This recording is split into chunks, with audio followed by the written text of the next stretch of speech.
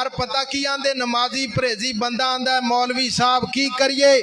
बच्चे दूसरे घर अंदर जांदे सी ते मैं खैर नाल मैं काम बड़ा चंगा कीता है। मैं आख्या लोकां दे घर जाके जो ड्रामे फिल्मां वेखदे ने ते चलो मैं घर ही इन्हां नूं लिया देना ते घर सकून नाल ते बह जाणगे।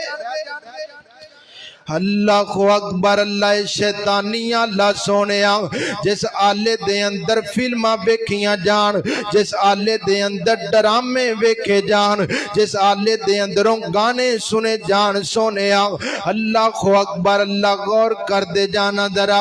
ये अजीब गल है मैं घर अंदर तां ले आंदा कि बच्चे बाहर जांदे ने।